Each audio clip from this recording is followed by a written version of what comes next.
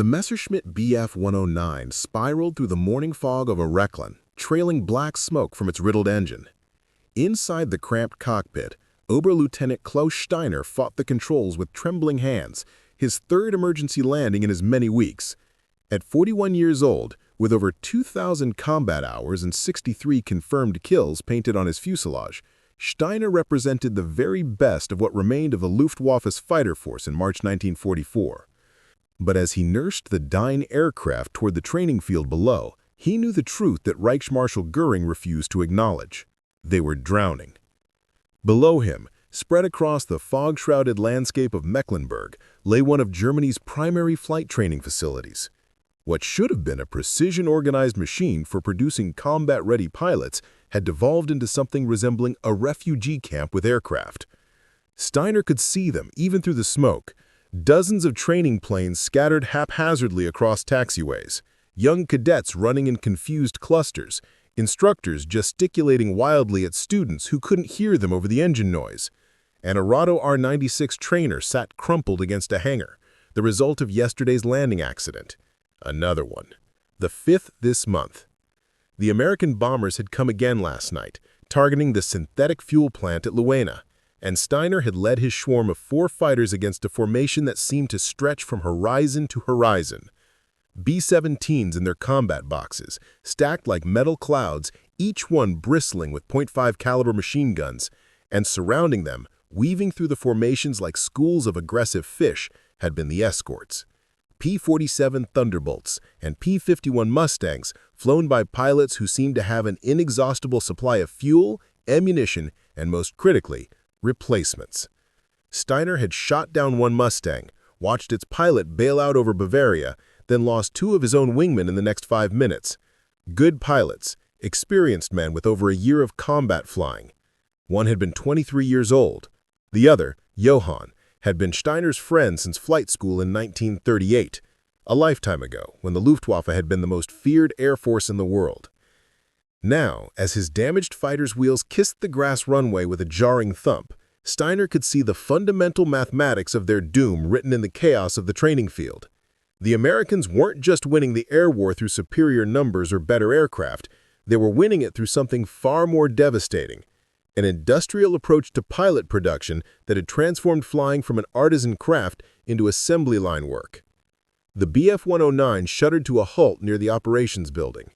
Steiner killed the engine, listening to the metal tick and groan as it cooled. Through his oil-spattered canopy, he watched a cluster of flight instructors arguing with a Luftwaffe administrative officer, their voices carrying across the field. The argument was about fuel allocations, again. There wasn't enough aviation gasoline for the training sortie scheduled this week. There was never enough fuel anymore. A young mechanic, couldn't have been more than 17 years old. Steiner patted the young mechanic's shoulder, trying to remember what it felt like to have that kind of innocent concern about logistics. "Do what you can, and find me Hauptmann Vogel. I need to speak with the training commander." As the mechanic scurried away, Steiner lit a cigarette with shaking hands and surveyed the training facility that was supposed to be preparing Germany's next generation of fighter pilots. What he saw confirmed his worst fears. This wasn't a training crisis. This was a systematic collapse, and the root cause wasn't German incompetence or Allied bombing, though both contributed. The root cause was a man named Henry Hap Arnold and the most ambitious pilot training program in human history. Somewhere across the Atlantic, in places Steiner had never heard of, Texas, Arizona, California, Oklahoma, the Americans were producing pilots at a rate that defied comprehension. Not dozens per month, or even hundreds, thousands, and entire air forces worth every few months, trained in clear skies with unlimited fuel, flying aircraft that rolled off assembly lines faster than Germany could destroy them. The numbers were so absurd that Luftwaffe intelligence had initially dismissed them as propaganda, but Steiner knew they were real. He saw the proof every time he took to the skies. Hauptmann Ernst Vogel emerged from the operations building, his flight suit stained with oil and his face etched with the exhaustion of a man fighting an impossible battle. Vogel had been one of the Luftwaffe's premier aerobatic instructors before the war, famous for his precision and patience. Now he looked like he'd aged 20 years in 3. "Klaus," Vogel said, embracing him briefly. "I saw you come in. How bad was it?" "We lost Johann and Peter. The Americans had over 100 escorts on this raid, maybe more. I stopped counting." I took a long drag on his cigarette. "Ernst, we need to talk about what's happening here. What's really happening." Vogel glanced around, ensuring no political officers were within earshot, then gestured toward a maintenance hangar. Inside, away from prying ears, the training commander's composure crumbled. "It's falling apart, Klaus. The entire system is collapsing. I have 240 cadets here who are supposed to complete advanced fighter training. Most of them have less than 100 hours of total flight time. Some have less than 50. In 1940, we wouldn't have let them near a combat aircraft with that little experience. Now, I'm supposed to sign them off as combat-ready in 6 weeks? 6 weeks?" Steiner couldn't hide his shock. "That's barely enough time to learn basic fighter tactics." "I know, but the front is bleeding pilots faster than we can replace them. Last month, the Eastern Front requested 350 replacement fighter pilots. Do you know how many we sent them? 87. And of those 87, 43 were killed or missing within their first 10 combat missions." Vogel's voice broke slightly. "I'm signing death warrants, Klaus. That's what my training certificates have become. Death warrants for boys who should still be in school." This was the reality that the Luftwaffe High Command refused to acknowledge in their marble halls in Berlin. The American pilot training program hadn't just outpaced Germany's, it had made the traditional European approach to flight training obsolete. While Germany treated pilot training as a craft, carefully selecting candidates and training them thoroughly. "I've never heard of Fort Worth," Steiner admitted. "Neither had I. It's apparently somewhere in the middle of America, which is the point. Everything is in the middle of their country, far from any possible attack. They have perfect weather, unlimited space, and, most importantly, no one is bombing their training fields." Vogel laid out a series of reconnaissance photographs taken by a long-range U-290 before it was shot down over the Atlantic. The images showed training facilities that looked more like small cities. They have 66 primary training bases, 55 basic training bases, and nearly 90 advanced training schools spread across their entire country. Each facility is specialized. This one here, he tapped a photograph, is in Arizona. It trains nothing but fighter pilots, thousands of them per year. They have another in Alabama that specializes in bomber crews, another in Oklahoma for multi-engine pilots. Steiner studied the photographs, his experienced eye picking out details. The bases were enormous, with multiple runways, hundreds of aircraft, massive barracks complexes. But what struck him most was the organization visible even from aerial photography. Everything was laid out with geometric precision, aircraft parking in neat rows, clearly marked training areas, purpose-built facilities for every aspect of pilot education. "The numbers are what really matter," Vogel continued, his voice hollow. "In 1942, they graduated over 35,000 pilots.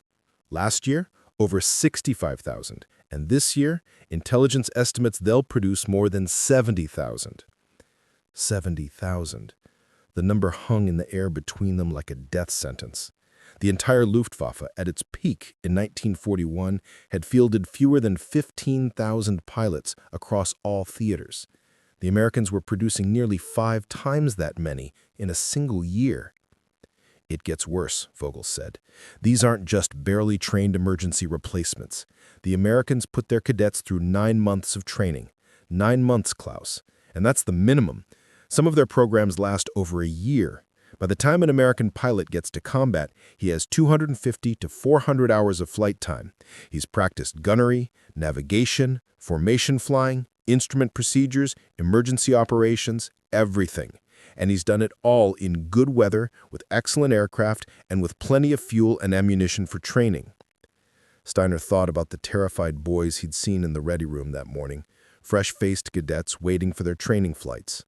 Most had maybe 70 or 80 hours total flight time if they were lucky. Some had less. They were being sent into combat against American pilots who had spent months perfecting their skills in ideal conditions. How are they doing it? Steiner asked. Even with unlimited resources, how are they training that many pilots? The same way they build aircraft, assembly line methods. They've broken down pilot training into discrete phases, each optimized for maximum efficiency. Phase 1, primary training. Every cadet spends 8 to 12 weeks learning basic flying skills in simple aircraft like the Stearman PT-17 or the Fairchild PT-19. Small, forgiving planes designed specifically for training. They solo after about 10 hours, then spend another 50 or 60 hours perfecting basic flight maneuvers. Not combat flying, just fundamental skills. Takeoffs, landings, turns, stalls, spins, basic navigation. Vogel pulled out another document, a translated American training manual. Phase 2, basic training. Another 9 to 10 weeks in aircraft like the Vultee PT-13. Slightly faster, more complex systems, but still focused on building core competencies. Formation flying, night flying, instrument procedures, more advanced navigation. Still no combat training, just building the foundation. They don't rush this phase. They want every pilot absolutely comfortable with basic flying before adding complexity. Then Phase 3, advanced training. This is where it gets specialized. Fighter pilots go to one set of schools, bomber pilots to another, transport pilots somewhere else. Fighter students get North American AT-6 Texans or Curtiss P-40s.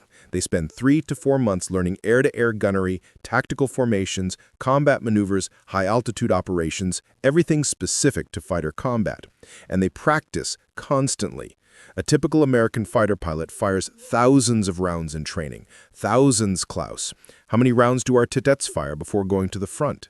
Steiner knew the answer. If they're lucky, a few hundred. No, we can't. Even if we had their resources, which we don't, we lack their geographic advantages. They train in places that are never bombed, never face fuel shortages, never worry about enemy fighters strafing their training fields. Meanwhile, 3 weeks ago, a formation of P-51s caught a group of our training aircraft in the air near Munich, shot down 6 of them. Students and instructors killed in training aircraft that had no defensive armament. Steiner closed his eyes, the weight of the situation pressing down on him. We're not just losing the air war. We've already lost it.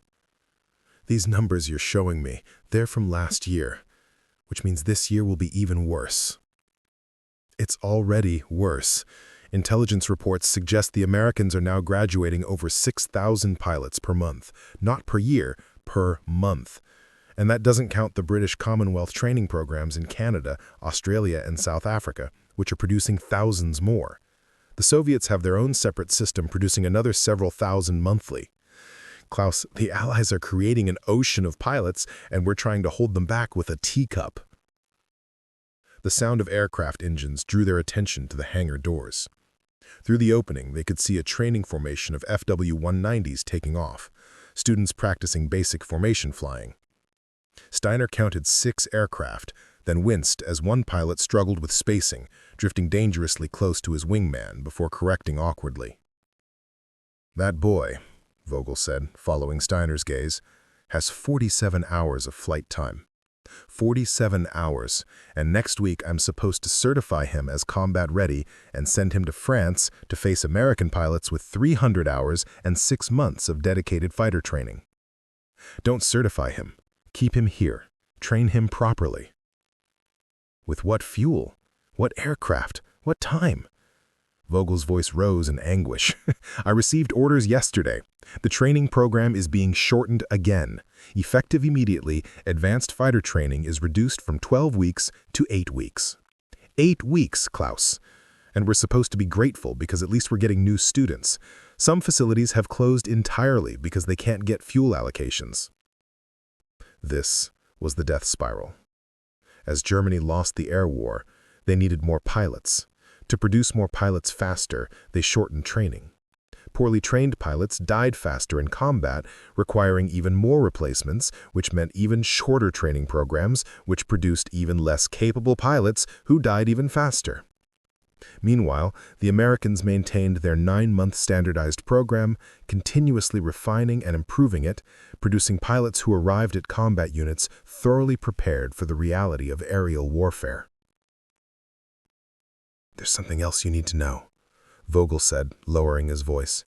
The Americans have established what they call operational training units in Britain. After pilots complete their 9 months of stateside training, before they join combat squadrons, they spend another 4 to 6 weeks in England flying the exact aircraft they'll use in combat, practicing the specific missions they'll fly against simulated German defenses. They rehearse everything: bomber escort profiles, fighter sweeps, ground attack missions. By the time an American pilot— "So what do we do?" Steiner asked. "Because right now I'm supposed to be recuperating here for 2 weeks before returning to my unit. But if what you're showing me is accurate—" "It's accurate," Vogel interrupted. "Every intelligence report, every statistical analysis, every interrogation of captured American pilots confirms it. We are being systematically overwhelmed by an industrial-scale training program that we cannot match and cannot defeat." "Then we change tactics. We adapt. The Luftwaffe has always been innovative." "Klaus," Vogel said gently, "innovation requires resources. We don't have resources. We have desperation. The Americans built their training system when they had time, resources, and safety. They started in 1939 and continuously expanded and refined it. We're trying to compete with a system that represents 5 years of deliberate development and investment, and we're doing it while under attack, with shrinking resources, with obsolescent aircraft, and with fuel shortages that get worse every week." Before Steiner could respond, a young officer burst into the hangar, saluting hurriedly. "Herr Oberleutnant, Herr Hauptmann, you're both needed in operations immediately. We've received an emergency recall order. All available fighter pilots are to report to Luftwaffe 3 headquarters for immediate deployment to France. The Americans have launched a major offensive." Steiner and Vogel exchanged glances. They both knew what this meant. Another desperate scramble to counter another massive Allied operation, throwing whatever pilots they had against overwhelming numbers. And afterward, when the butcher's bill came due, there would be more empty chairs in the ready rooms, more rushed training programs to produce inadequate replacements, more of the death spiral that was consuming the Luftwaffe. As Steiner followed the young officer out of the hangar, he glanced back at Vogel. The training commander stood alone amid the shadows and machinery, a man presiding over the systematic destruction of everything he had worked to build. The German pilot training system, once the envy of the world, had been broken not by enemy action, but by enemy industry. The Americans had approached aerial warfare with the same methodology they applied to manufacturing automobiles or building ships: standardize the process, optimize for volume, and produce at a scale that overwhelmed opposition. Outside, the training aircraft continued their circuits, young pilots struggling to master skills they would need to survive against enemies who had perfected those skills under ideal conditions. The mathematics were brutal and undeniable. Even if every German pilot became an ace, even if every sortie achieved perfect results, the sheer volume of Allied pilots would eventually grind them down. Steiner climbed into a waiting staff car, heading back to war.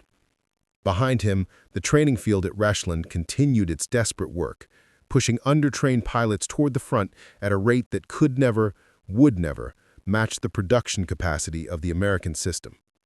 Somewhere in Texas or Arizona or California, another class of American cadets was graduating, adding thousands more pilots to an already insurmountable advantage. The Luftwaffe wasn't being defeated in combat. It was being buried under an avalanche of industrial-scale pilot production, and there was nothing they could do to stop it. The staff car drove past rows of aircraft, past buildings scarred by bomb damage, past clusters of cadets who would soon discover that their abbreviated training had prepared them only to die. And in that moment, Klaus Steiner understood that the war was over. Not because Germany lacked brave pilots, or advanced aircraft, or tactical genius. It was over because the Americans had cracked the code of mass-producing. The reports on his desk painted a troubling picture. In September 1938, the United States Army Air Corps had fewer than 25,000 men and fewer than 2,500 aircraft. Most of those aircraft were obsolete by European standards. The total pilot strength was approximately 1,650 officers and enlisted men. Germany, by contrast, had at least 3,000 frontline pilots and was producing more every month. Britain was scrambling to expand the RAF. Even France, for all its political troubles, had a larger air force than America. Arnold picked up a manila folder marked confidential and studied the intelligence photographs from Germany again. The Luftwaffe's training facility at Schleißheim outside Munich was massive. Multiple runways, hundreds of training aircraft, sophisticated facilities for instrument training, gunnery ranges, comprehensive ground school. The Germans had been expanding their pilot training since 1935, when they had officially renounced the Versailles Treaty restrictions. They had a 5-year head start on building an air force, and it showed. But Arnold had something the Germans didn't have: space. The United States stretched from coast to coast, 3,000 miles of territory that included deserts, plains, mountains, and coastlines. More importantly, it included places where the weather was perfect for flying year-round: Arizona, Southern California, Texas, Florida. Places where student pilots could fly 300 days a year, unlike Germany's marginal weather or Britain's famous fog and rain. A knock at the door interrupted his thoughts. "Come," Arnold called, not turning from the window. Captain Robert Olds entered, carrying another stack of files. Olds was one of Arnold's bright young officers, a pilot and tactician who shared his commander's vision of air power's future. "Sir, the latest projection from Air Staff. You asked for scenarios if we needed to expand pilot training rapidly." Arnold took the file and flipped it open. The numbers were staggering. When war came, he corrected himself, the Air Corps would need to grow from 1,650 pilots to at least 10,000 within 2 years, maybe more. And that was just for defense. If America actually entered the war, if they needed to project power across the Atlantic or Pacific, they might need 50,000 pilots, perhaps even more. "It's impossible, isn't it?" Arnold said, still reading the projections. "We don't have the facilities, the aircraft, the instructors, or the infrastructure to train that many pilots." "Not yet. But, sir, I've been working on something, a concept. What if we didn't try to build a traditional military training system? What if we treated pilot production like industrial production?" Arnold turned to face his young officer. "Explain." Olds stepped forward, clearly excited about his idea. "The Germans train pilots the way craftsmen produce fine furniture: small batches, high quality, careful individual attention. That works when you need a few hundred pilots per year. But what if we need thousands or tens of thousands? You can't scale artisan production to that level. So what do you propose?" "Standardization, systematization, breaking the training process into discrete phases, each optimized for specific skill development. We create specialized facilities for each phase. Primary flight training in one location, basic training in another, advanced training in a third. Every student follows the exact same curriculum. Every instructor teaches from the same manual. We make pilot training as predictable and reproducible as an assembly line." Arnold considered this. It would require massive... Arnold studied the map. "You've thought about this carefully." "I have, sir, because I think this is the key to winning the next war. The side that controls the air will win, and the side that can produce the most trained pilots will control the air. It's that simple." "Nothing in war is that simple, Captain. But you're not wrong about the fundamental logic." Arnold lit his pipe, thinking through the implications. How fast could we build such a system? If we started today, 2 years to get the infrastructure in place, assuming funding. But, sir, there's something else. We should start preparing now, even without a full training program. There's a concept called the Civilian Pilot Training Program, using civilian flight schools to provide basic flight training to college students. We could subsidize it, establish standards, use it as a feeder system. When war comes, we'd have thousands of young men with basic flying skills already complete. They just need military conversion training. That's actually brilliant, Arnold admitted. We'd be creating a reserve of partially trained pilots without the expense of maintaining a large military infrastructure. Congress might actually approve funding for that, especially if we frame it as an educational program. Exactly, sir. And if war never comes, we've simply educated a generation of civilian pilots. But if war does come, we'll have a pipeline of candidates who can move through military training much faster because they already know the basics. That's actually brilliant, Arnold admitted. We'd be creating a reserve of partially trained pilots without the expense of maintaining a large military infrastructure. Congress might actually approve funding for that, especially if we frame it as an educational program. Exactly, sir. And if war never comes, we've simply educated a generation of civilian pilots. But if war does come, we'll have a pipeline of candidates who can move through military training much faster because they already know the basics. Draft me a proposal. I want to brief the Chief of Staff on this within a week, but keep it quiet. If word gets out that we're planning for massive expansion, it'll cause panic. As Olds left, Arnold returned to the window. The storm clouds had opened, rain lashing against the glass. Somewhere in Europe, the real storm was building. Hitler was consolidating power, the Wehrmacht was growing, and the Luftwaffe was practicing for the war everyone could see coming. Britain and France were rearming, but would it be enough? The question that kept Arnold awake at night was simple. If America entered the war, could they produce pilots fast enough to matter? The traditional military approach of careful, individualized training wouldn't work. They needed something revolutionary. They needed to industrialize pilot training the same way Henry Ford had industrialized automobile production.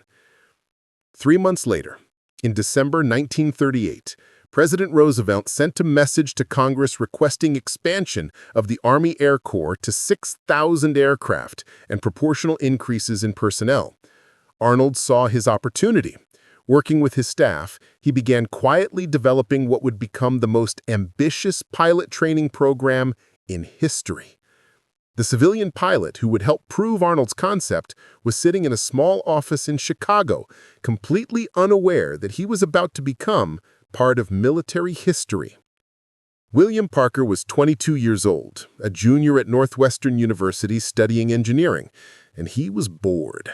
Not with his studies. Professor Harrison smiled knowingly. The catch, as you put it, is that this is obviously military preparation, though they're not advertising it that way. The government wants a large pool of trained pilots available if war comes. You take the training as a civilian, no military obligation. But if war comes and you decide to enlist, you'll already have flying skills. So I get free advanced flight training, and all I have to do is maybe join the Air Corps if there's a war? That's the calculation. Of course, there might not be a war, in which case you'll simply have commercial pilot qualifications, which could lead to a career in airlines or aviation manufacturing. Parker applied the next day. So did 10,000 other young men across America. The Civilian Pilot Training Program launched in September 1939, just as Germany invaded Poland. While Europe plunged into war, American college students learned to fly Piper Cubs and Aeronautica Defenders, building the foundation of skills that would eventually matter far more than anyone imagined. Meanwhile, in Germany, Luftwaffe Hauptmann Ernst Vogel was experiencing his own revelation about pilot training, though his was considerably less pleasant than Arnold's strategic planning. Vogel had been assigned to Jagdfliegerschule 1, one of the Luftwaffe's primary fighter training schools, after completing a combat tour in Spain during the Civil War.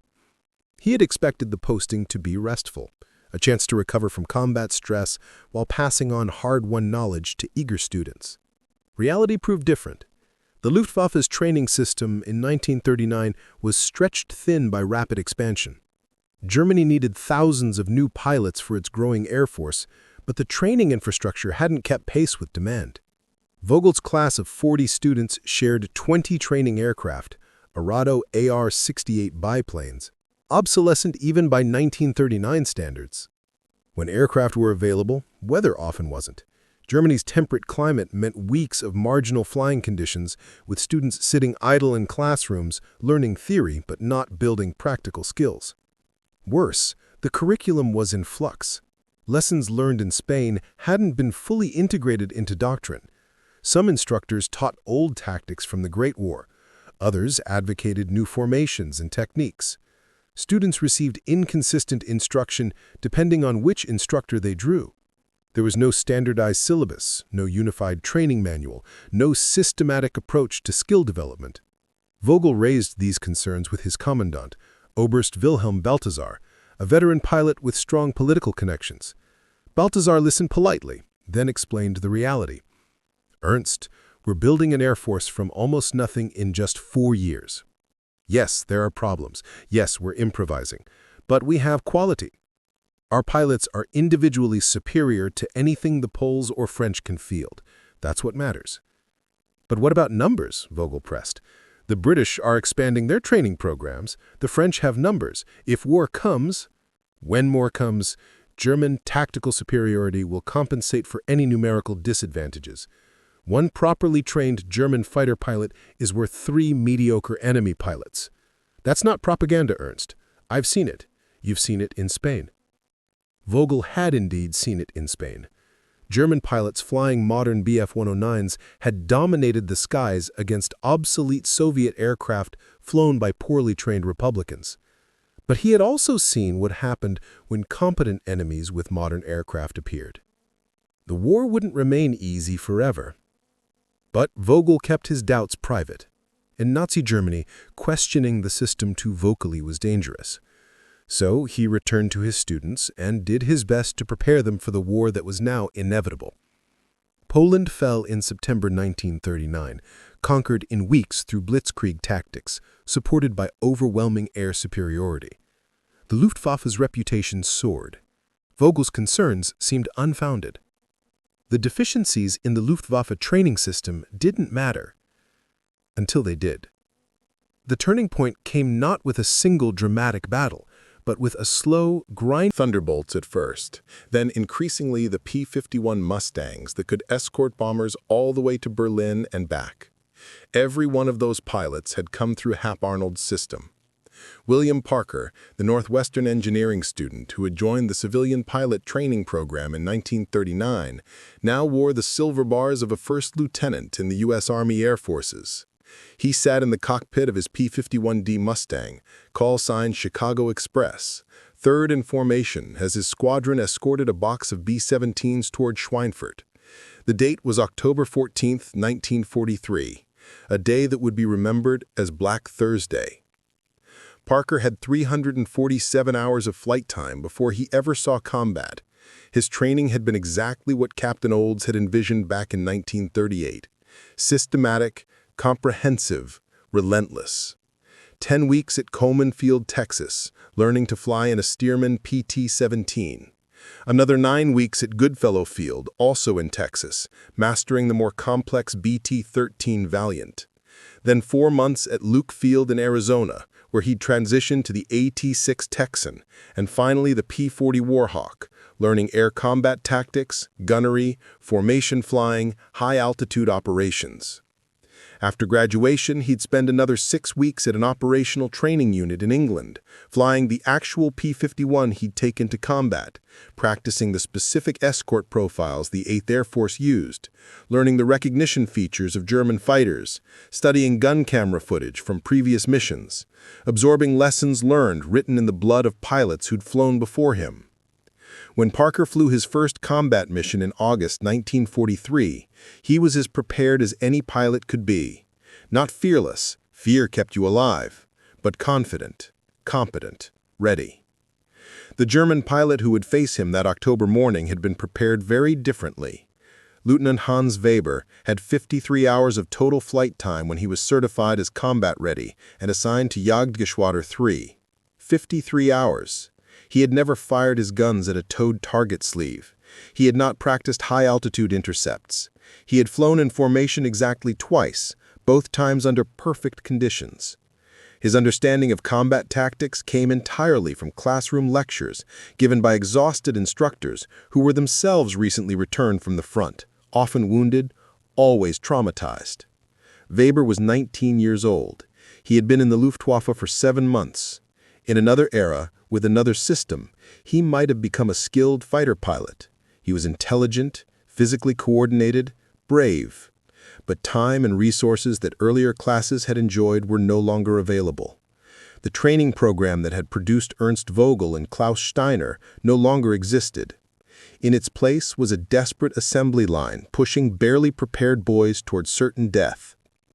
Weber's first combat mission was escorting FW-190s attacking the American bomber formation heading toward Schweinfurt. He never saw the P-51 that killed him. Parker's 6.5 caliber machine guns stitched across the Bf-109's engine cowling, and the German fighter disintegrated in a ball of flame. Weber didn't bail out. He probably never knew what hit him. Parker felt nothing. This was his 7th kill. In the brutal calculus of aerial combat, he was becoming an ace. For Weber, it was simply over, one more statistic in a losing battle. But this wasn't really a story about individual pilots. It was about systems, and the system comparison was devastating. By spring 1944, when Klaus Steiner crash-landed at Rechlin after losing Johann and Peter, the numbers had become apocalyptic. The 8th Air Force was launching 1,000 bomber raids. The 9th Air Force. Ernst Vogel watched his training facility at Zerbst burn after a B-17 raid in March 1944. 7 hangars destroyed. 19 training aircraft wrecked. The barracks complex damaged. But worse than the physical destruction was the psychological impact on students. How could they learn to fly when they spent more time in bomb shelters than in aircraft? How could instructors teach when they were exhausted from interrupted sleep, inadequate food, and constant stress? The fuel situation became critical. In May 1944, Vogel received his monthly aviation gasoline allocation, 40% of what he needed for scheduled training flights. 40%. He had to choose which students would fly and which would sit idle. He had to prioritize, making impossible decisions about who deserved limited resources. The students who showed the most promise, or the ones struggling who needed extra instruction? Either choice felt like signing death warrants. Meanwhile, at Williams Field in Arizona, American cadets flew every day. Clear skies, unlimited fuel, plenty of aircraft. When a cadet washed out or an aircraft crashed, replacements arrived immediately. The system had slack built into it, redundancy and resilience. It could absorb losses and keep producing pilots at the same relentless pace.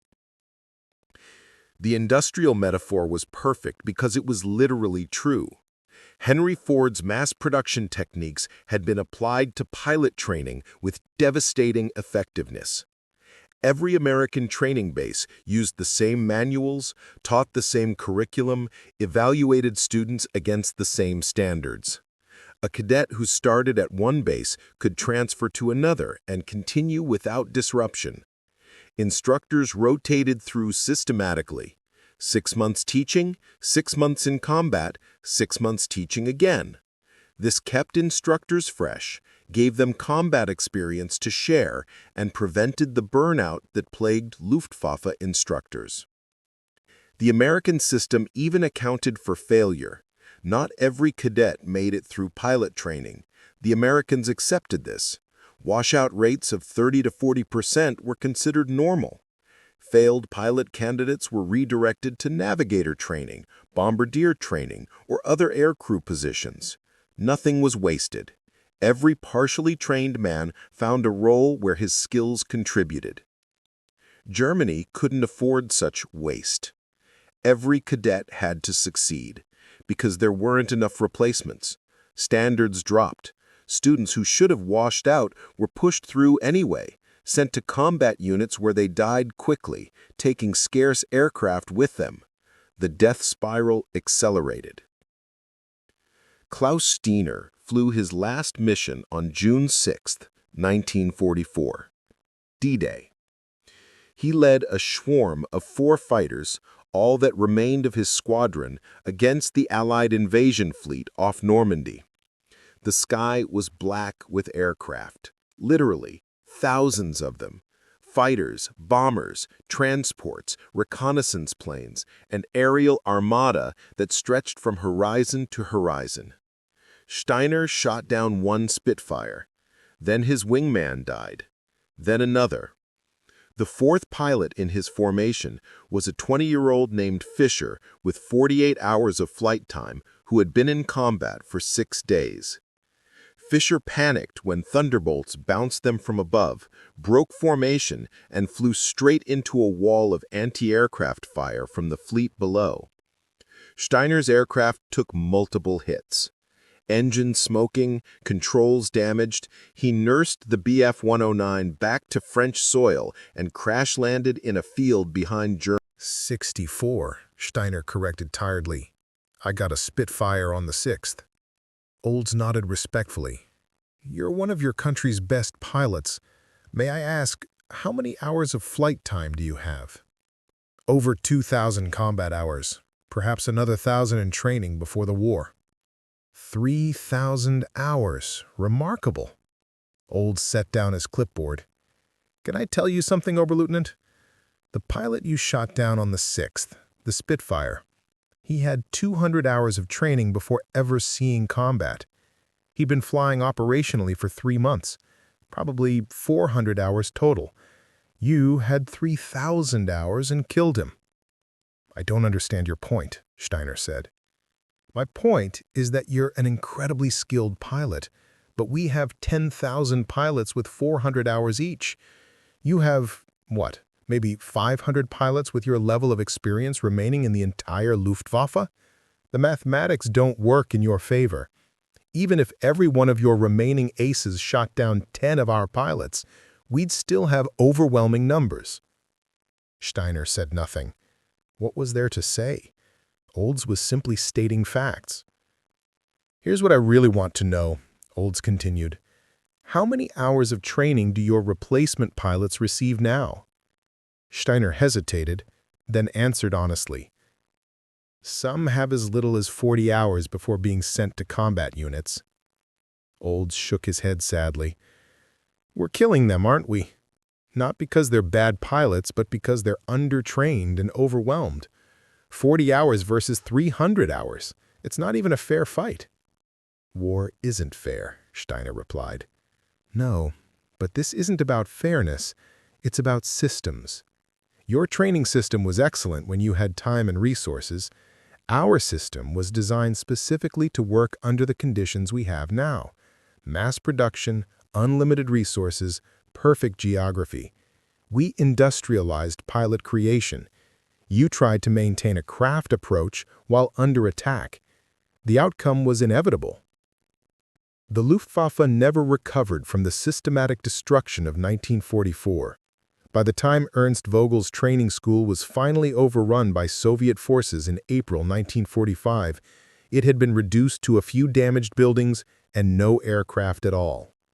The last class of students had been sent to the front 2 weeks earlier, given rifles and told to fight as infantry because there were no aircraft for them to fly, even if they'd completed their training. William Parker survived the war. He flew 73 combat missions, was credited with 11 aerial victories, and returned home to Chicago in 1945. He used the GI Bill to complete his engineering degree, married, had 3 children, and lived to see his grandchildren. His war had been dangerous and sometimes terrifying, but his thorough training had given him the skills to survive. Hans Weber's name appears on a memorial in his hometown in Bavaria, one of thousands of Luftwaffe pilots killed in 1943-44. He had no children. His mother received notification of his death via telegram 3 weeks after he was shot down. The letter said he had died heroically in defense of the Reich. It didn't mention that he'd had 53 hours of flight time and never had a chance. In military academies and staff colleges today, the story of the Luftwaffe's defeat is taught as a case study in the importance of strategic planning and industrial mobilization. The tactical brilliance of German pilots is acknowledged, their courage is respected, but the fundamental lesson is about systems, not individuals. Hap Arnold's insight in 1938 that pilot production could be industrialized using mass production principles proved correct. The civilian pilot training program created a pipeline of partially trained candidates. The standardized three-phase training system ensured consistent quality. The geographic distribution of training bases in perfect weather zones maximized training efficiency.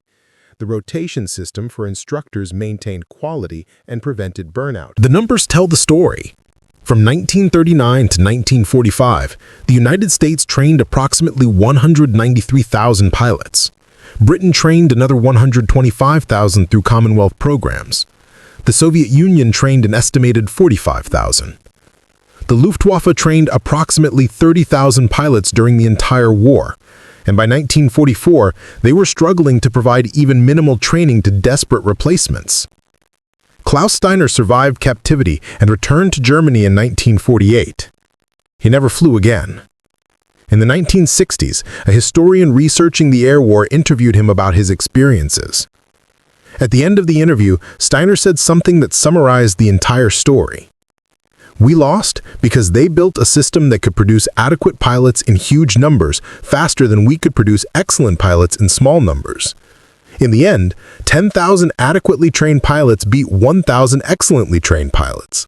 That's not a criticism of American pilots. Many of them became quite skilled. It's a recognition of reality. They industrialized warfare in a way we never imagined possible. They treated pilot production like automobile production, and it worked."